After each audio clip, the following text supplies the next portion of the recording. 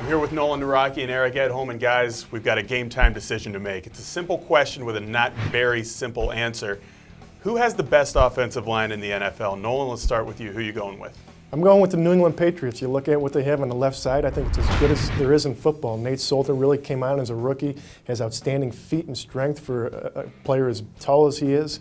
You look at Logan Mankins, I think he's a Hall of Famer. Dan Connolly, I think, played better than Copen a year ago. And I think all the way around, you look at Sebastian Vollmer and even Brian Waters if he returns, or Robert Gallery if he steps in. I think that's the best offensive line in football. What about you, Eric? Yeah, and I like Marcus Cannon, too. He could possibly step in. The Patriots are a great choice, especially with Dante Scarnecchia coaching. I'm going to go with a little bit of a surprise. I'm going to say the Carolina Panthers. Were they the best line in football last year? Probably not, but the potential is there if Jeff Otah is healthy.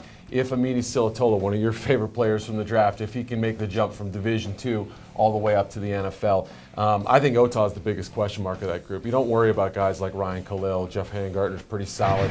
Jordan Gross at left tackle. The depth is better. But Otah's got to play, I think, for that unit to be as good as it is. If they have Byron Bell back there, all those penalties and the speed rushers he struggled with, maybe it's not that top unit. So I'm taking a little bit of a leap of faith with them. So you guys go with the Patriots and the Panthers as your best lines, and your arguments are basically personnel-based. The best offensive linemen make the best offensive line. But is there something else to it? Is there something to be said for scheme and coaching that makes a great offensive line? Absolutely. As Eric said, with Dante Scarnecchia, he's one of the best offensive line coaches in the NFL.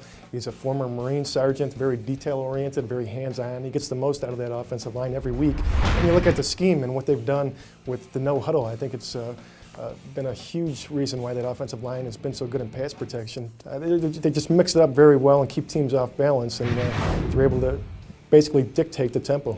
Yeah, I would look at a team like Philadelphia, for instance. For years, they were this big physical man-blocking team. They bring in Howard Mudd, switch gears completely, go to a zone-blocking scheme. That's tough to do.